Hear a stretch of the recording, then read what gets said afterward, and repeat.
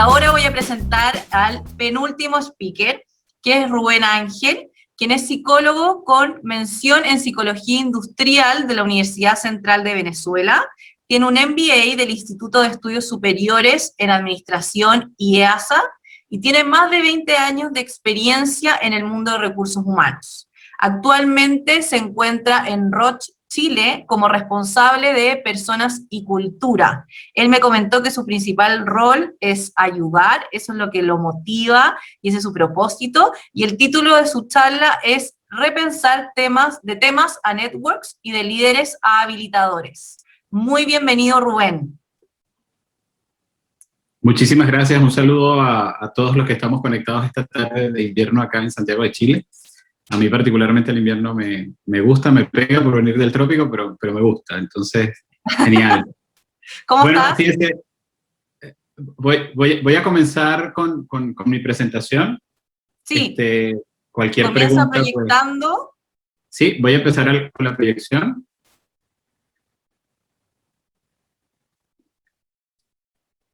Listo, estamos aquí. Avísame cuando empiece a verse, por favor. Ok. Ahora se va a empezar a proyectar. Buenísimo, ahí estamos. Así que bueno, te dejo para que todos te escuchen atentamente. Muchísimas gracias.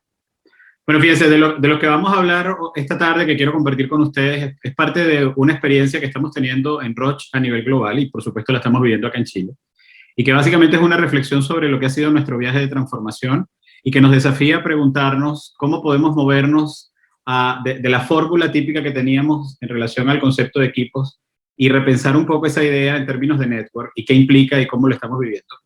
Y eso qué impacto tiene en lo que típicamente conocemos como el rol de liderazgo, para pasar posiblemente, y es más allá de lo semántico, al entendimiento de un rol de habilitación.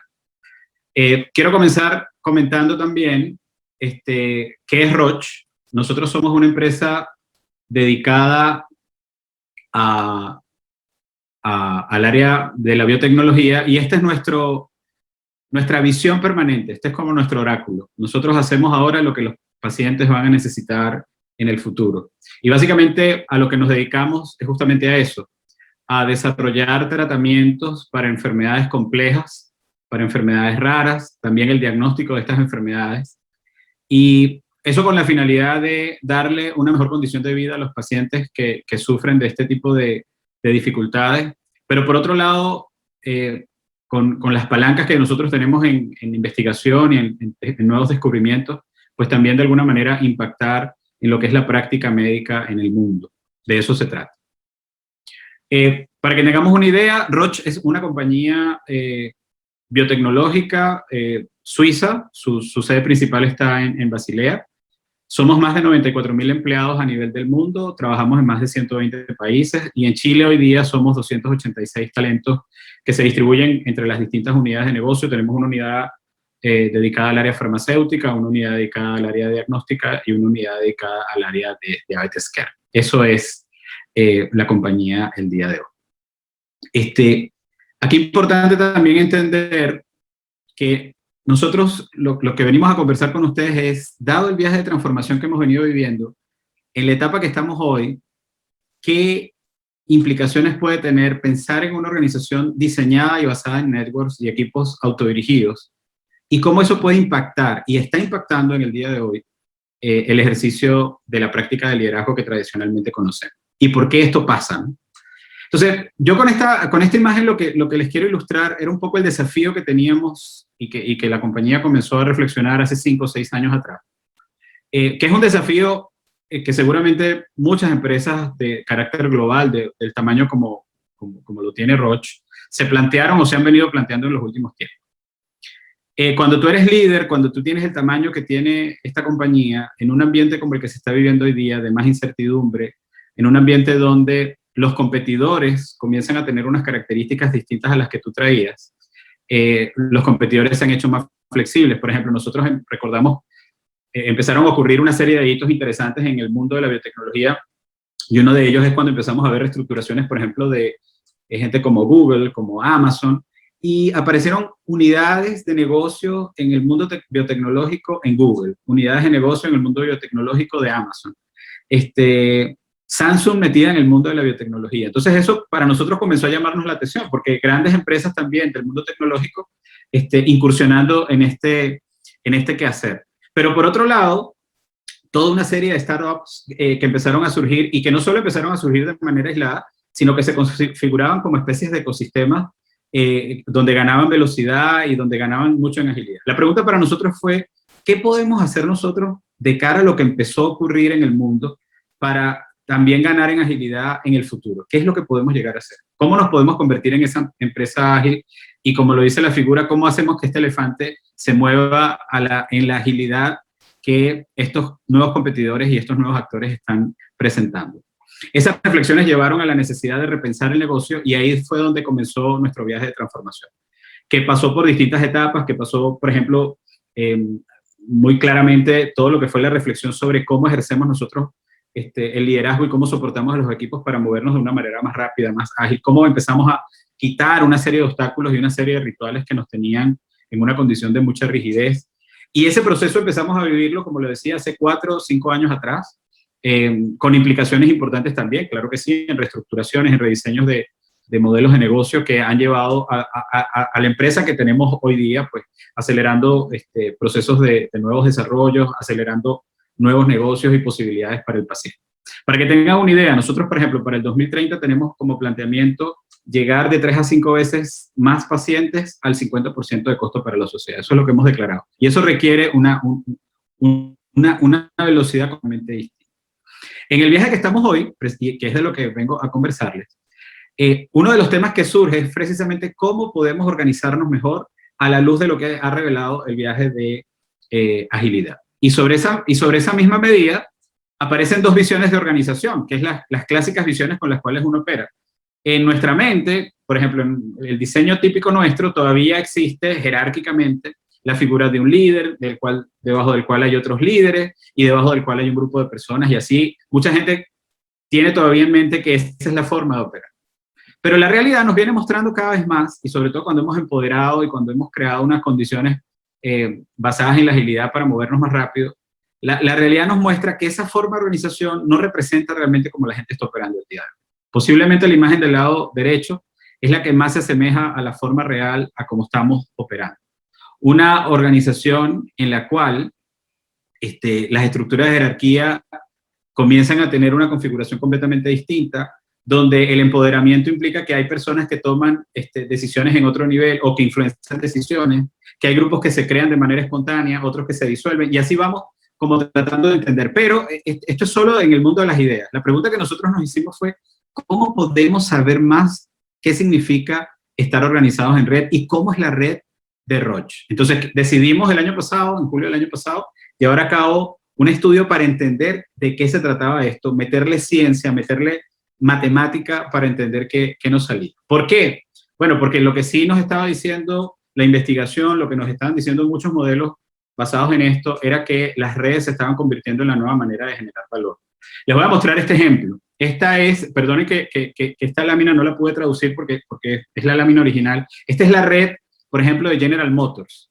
Y lo que dice como primer elemento es que tejer redes en las organizaciones puede mejorar tu ejecución hasta un 30% cuando lo haces de manera planificada, organizada y con un sentido de propósito. Que grupos cohesivos pueden incrementar la velocidad de compartir información hasta en un 20%. Todo esto se traduce en valor para la compañía y en valor para la sociedad. Grupos cohesivos, por ejemplo, pueden significar, si ustedes se fijan en la lámina, el grupo de los azules, de los naranjos, de los verdes, de los moraditos que están por allí, que son grupos cohesivos que comparten algo y aceleran la forma de generar valor.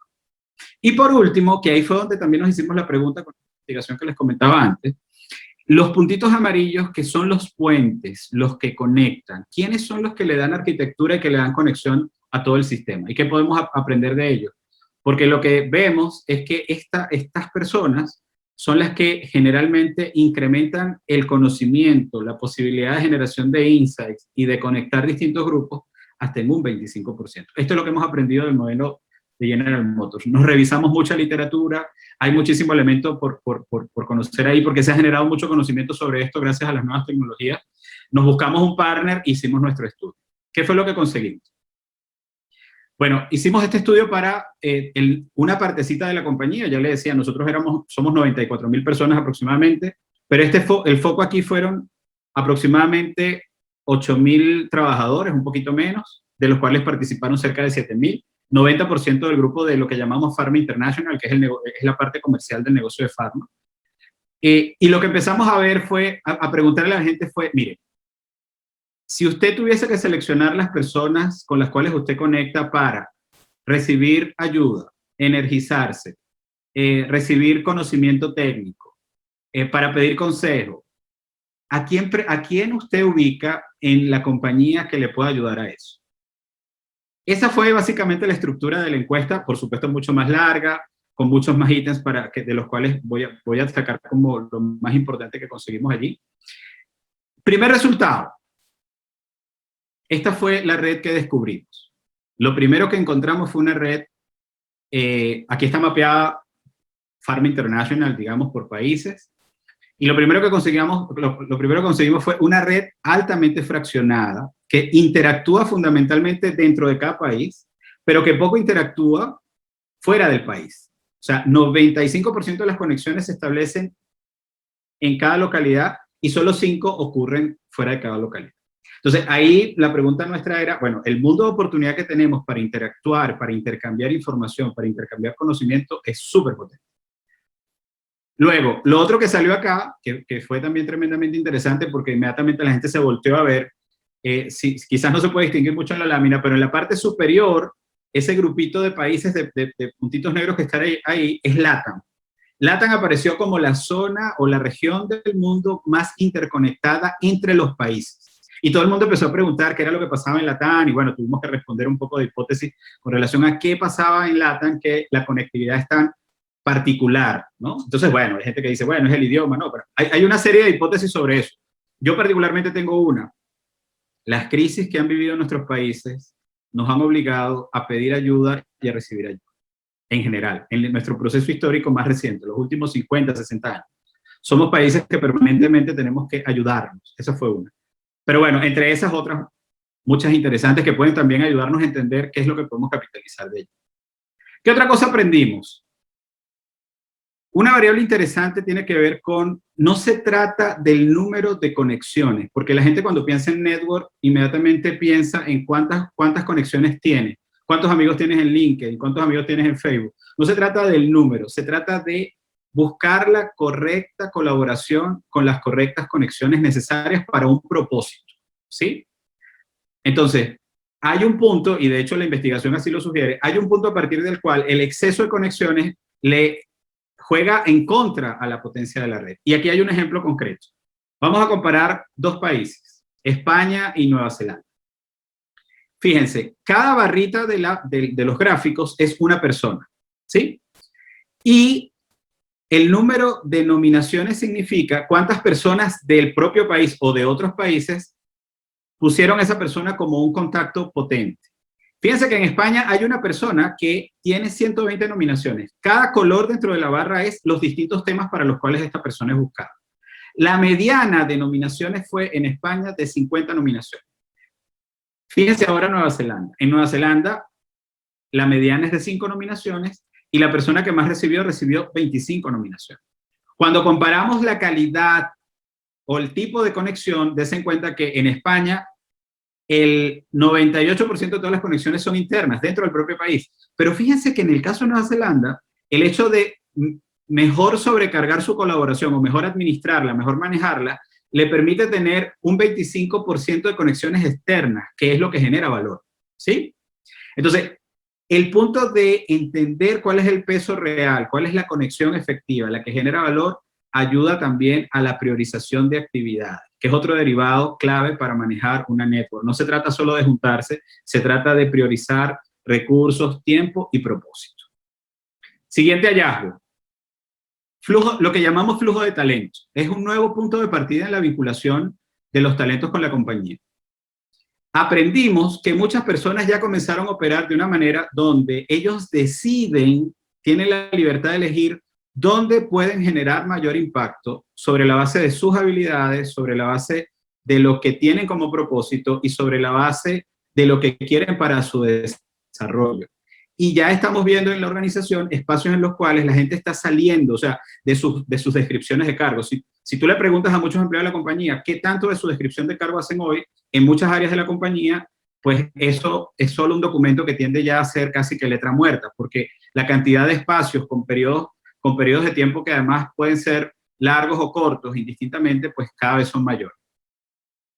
Alguien podrá decir, bueno, Rubén, pero eso no pasa en todos lados. No, evidentemente, hay posiciones en las cuales, o hay funciones en las cuales esto es más complejo, pero donde existe la libertad para que pase, está comenzando a ocurrir. Y de ahí viene también la otra pregunta con relación a qué implica eso para el rol de los gerentes, los líderes. Porque al final del día, una medida que nosotros vimos también que nos interesa mucho era entender cuál es el rol de los líderes para facilitar el flujo de talento. Si paran o frenan o si estimulan la posibilidad de que una persona aborde distintos temas de manera decidida y con libertad. Otro elemento que quería compartir con ustedes. Lo que demuestra el estudio es una network que es más eficiente, es aquella en la cual la velocidad con la cual viaja el conocimiento y el aprendizaje es más alto. Y aquí viene de nuevo la pregunta, ¿qué significa eso para nosotros? Bueno, hay países donde esto opera de manera más rápida, hay países donde opera más lento. ¿Qué hace la diferencia? La forma como operan algunos líderes. No sé si han escuchado esta frase. ¿Por qué no me has copiado en ese correo que le mandaste a Rubén Ángel? ¿Por qué le compartiste esta presentación a Rubén Ángel sin haberme consultado antes? Stoppers, ahora usando un término del fútbol, stoppers del flujo de información. Todo se lo tengo que consultar al jefe antes de compartir, antes de reunirme, eso frena la velocidad con la cual el conocimiento viaja y con la velocidad con la cual se aprende dentro de la organización. Entonces vemos que hay países donde esto ocurre de una manera más fluida, más fácil, y ahí el rol del líder es completamente distinto, habilita la posibilidad de compartir versus otros lugares donde eso no pasa. Aquí les pongo un ejemplo, que es un ejemplo interesante porque aquí mapeamos entre países las conexiones. Y claro, bonito, Chile es el que está en el centro, aquí estamos hablando de introducción de nuevos productos, mapeamos esa variable para LATAM. Y miren qué interesante, bueno, gracias a las posibilidades que tiene, con todo lo que hay oportunidad aún, pero el sistema de salud chileno tiene una cosa que es muy interesante y es la adopción temprana de nuevos tratamientos, tratamientos innovadores para enfermedades complejas. Eso es una realidad que está dado comparado con otros países de América Latina. Entonces, Chile se convierte en un punto de referencia para ayudar y aprender respecto a otros países. Entonces, fíjense, la pregunta que nos hacíamos era, ¿quiénes son esas personitas? Porque cada punto es una persona que conecta a esta gente. Y esa pregunta no solo la hicimos para la TAM, sino que la hicimos para toda la red a nivel global. Y eso nos llevó a identificar 614 personas de todo este grupo que son los arquitectos de la red. Y empezamos a explorar además qué podemos aprender de esa gente, qué hacen diferente, cómo son, y sobre eso empezamos a aprender nuevas cosas, que es lo que les voy a mostrar ahora. Otra cosa que medimos, el nivel de solapamiento entre la red de los líderes y la red del resto de los empleados. En la medida que los empleados y los líderes están más justapuestos, vamos a decir, una red se monta sobre la otra, en esa misma medida podemos saber que el factor gerencial y el factor empleados interactúan mejor y potencian mejor la red. Es lo que llamamos el manager factor, que en el benchmark lo importante es estar por debajo de 2. En el caso de Chile, que es el mapa que les estoy mostrando, está en nivel 1.3, es un muy buen nivel. Yo tengo países donde cuando los lees comienzas a ver que la red de los gerentes está por un lado, la red de los empleados por otro lado, entonces en ese sentido la posibilidad de intercambio y de potenciar la red es más pobre. ¿Qué aprendimos? Como les decía, esos 614 arquitectos de red, identificamos 614 personas. Bueno, aquí no me voy a detener en todas las conductas que sacamos. Lo primero que sí hay que entender es que son conductas que se pueden aprender. Otra cosa, un detalle importante. Porque cuando empezamos a hacer el estudio aquí en Chile, recuerdo una anécdota muy, muy corta, la quiero comentar, que empezó a la gente a decir, no, en Chile no nos conectamos. Yo tengo acá en Chile 5 años, ¿no? Y es muy interesante cuando empezamos a escuchar estas cosas. En Chile no nos conectamos, en Chile esto no va a pasar porque tienes, sabes, la montaña, tienes la cordillera por detrás y tienes el mar por delante, y arriba en el norte tienes el desierto, y abajo un polo, entonces esto es como una isla. Les cuento algo. De los top 614, el número 14 de los más altos es un chileno. Divino, 63 años, 5 años en la compañía, ¿Qué descubrimos? Cuando nosotros empezamos a decirle a esta gente, para quienes han visto Matrix, la Matrix 1, pasaba exactamente lo mismo, que decíamos, hey, tú eres una de las personas que fue identificada. ¡Ah! No puede ser, pero yo, ¿por qué? Si yo... Y eso también muy asociado a una cosa que hay una investigación sobre esto, que es el poder de las personas introvertidas en la red. La gran mayoría de estas personas son personas que hacen su trabajo calladita, no están buscando el reconocimiento de nadie hacia, no, nada que ver. Y no hay un tema de edad, no hay un tema de cuánto tiempo tienes en la organización, no hay un tema de nacionalidad. Cualquiera puede, y si quiere, ser un excelente arquitecto de red. Comportamientos que llaman la atención. Tener un compromiso claro, honrar los compromisos, tener un sentido de propósito en la red. Esta gente se conecta a redes que tienen un propósito significativo, no es en cualquier red que se conectan. Y quiero mencionar otro que es muy importante porque al final de la reflexión volveremos a él. Crean un balance claro entre dar y recibir. Todos nosotros tenemos un primo, un amigo, que cada vez que manda un mensaje y usted lo lee, usted dice, ah, este me va a pedir algo. Ese es un desbalance en la red. Las redes bien construidas expelen este tipo de colaboradores, o este tipo de personas que se acercan solo a pedir, o que se acercan solo a dar, porque en cualquiera de los casos el desbalance desestructura la red. Entonces, al final de lo que se trata es de construir confianza, entonces todos los balances son importantes considerar. ¿Qué aprendimos además? Si nosotros hacemos la comparación de la red con una anatomía, aprendimos que la confianza es como la sangre, y aprendimos que hay 3 tipos de vínculo. Uno, que tiene que ver con conectar personas. Yo puedo estar en la red conectando persona a persona, habla con este, conozco una persona. Hay esa forma de vincular. Hay otra que es pegar grupos. Háblate con este país, háblate con este líder allá en Finlandia que sé que hace esto, negocian entre ustedes, brokers. Y hay una última forma de relación que es muy potente, porque lo que es verdad es que trabajar en network requiere mucha fricción, mucha conexión personal, humana.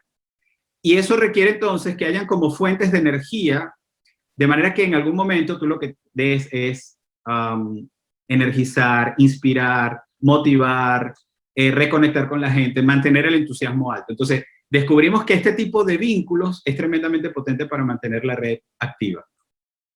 Aquí sacamos, después de todo lo cualitativo que hemos venido descubriendo con la data que levantamos, lo que llamamos el manifiesto para una network exponencial. Ya hablé de un poquito de priorización, transparencia, la posibilidad de que, miren, una de las cosas que se valora mucho trabajar en red es que el conocimiento debe estar disponible, debe ser compartido, así no esté completo. La información se conoce por todo el mundo. Flujo de talento ya lo comenté. El tema de la diversidad, creo que mi predecesora lo comentó un poco respecto al tema de género, pero aquí es forzarnos a tener gente distinta con perspectivas distintas. Apareció otro elemento aquí que aprendimos de estos top connectors.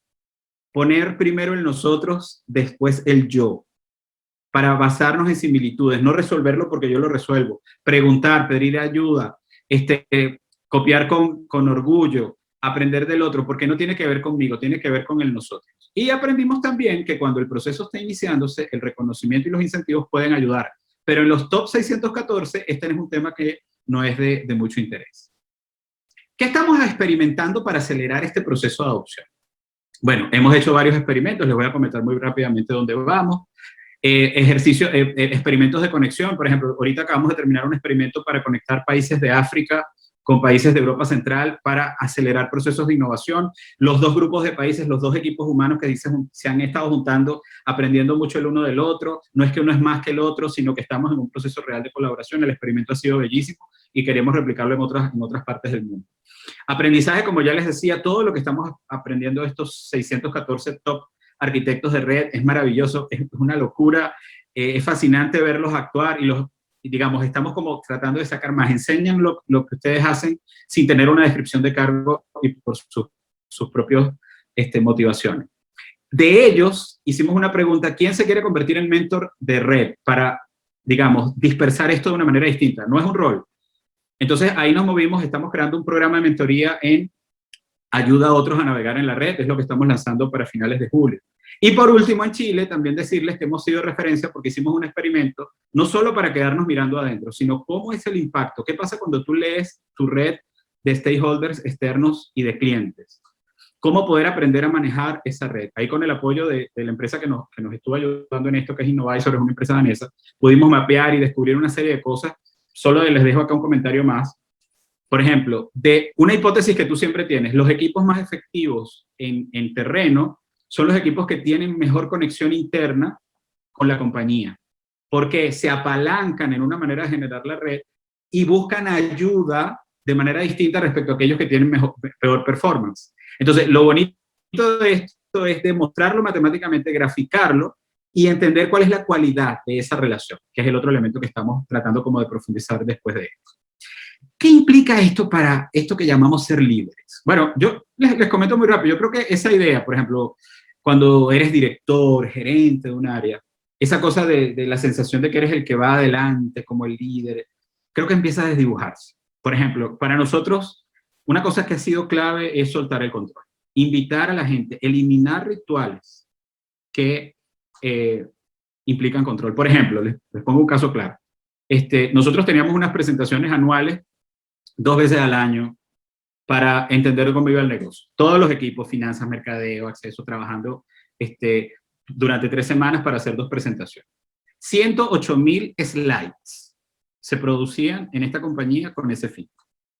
Para una presentación de 2, 3, 4 horas máximo y después todo el mundo se olvidaba. Forget it.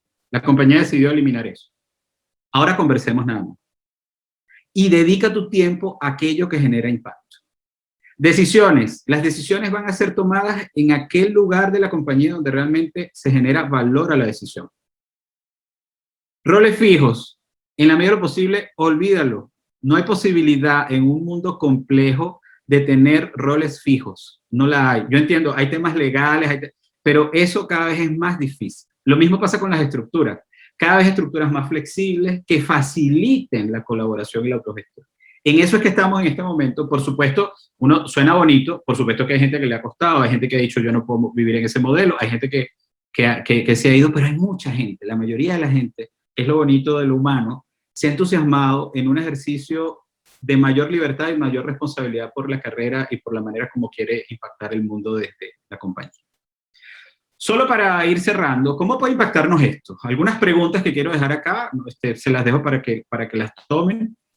Hay que pensar un poco en esto. ¿Qué implicaciones tiene esta noción en mí, en el network? Si hubiésemos tenido más tiempo, a mí me encanta un ejercicio para que tú leas tu red. ¿Quiénes son tus más cercanos? ¿Qué tan diversa es tu red? ¿Sí? ¿Cuánto tiempo dedicas a cultivar la red? Porque a la red hay que dedicarle. No es un tema de número, es un tema de efectividad y de darle propósito.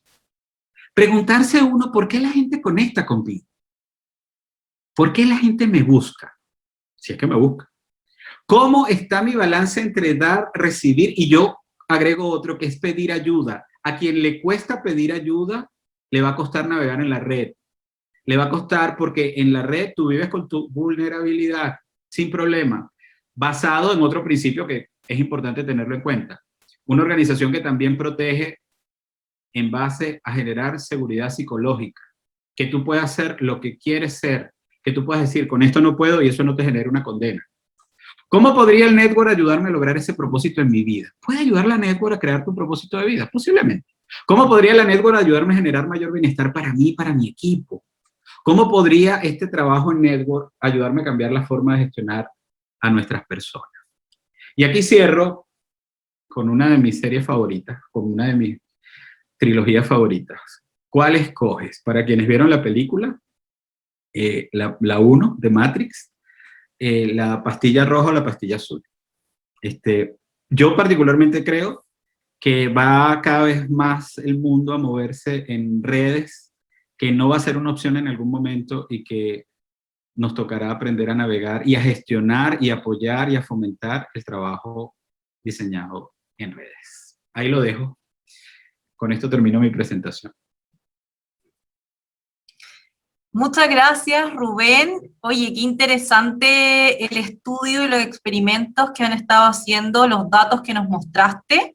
Y me quedé con una frase que me encantó, a mí me encanta la frase, así que rescaté esta frase que dijiste de hacer la correcta correlación para la correcta colaboración para lograr un propósito. Me encantó, creo que es un desafío el poder hacer este diseño organizacional en networks, Qué bueno que Chile es un punto de referencia, tenemos que sacarle ese potencial, también me gustó mucho eso, vamos. Y tengo una pregunta. ¿Cómo han manejado los egos y la tolerancia a la ambigüedad de los líderes que necesitan una estructura más vertical?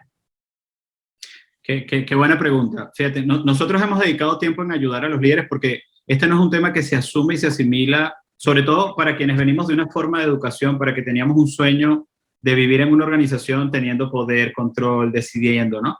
Entonces, claro, decidimos tener un programa, nosotros acá en Roche le llamamos Kinesis, que nos apoyamos en el Leadership Circle Profile, y empezamos a estimular esta reflexión profunda y ayudamos con mucho coaching, con mucho acompañamiento.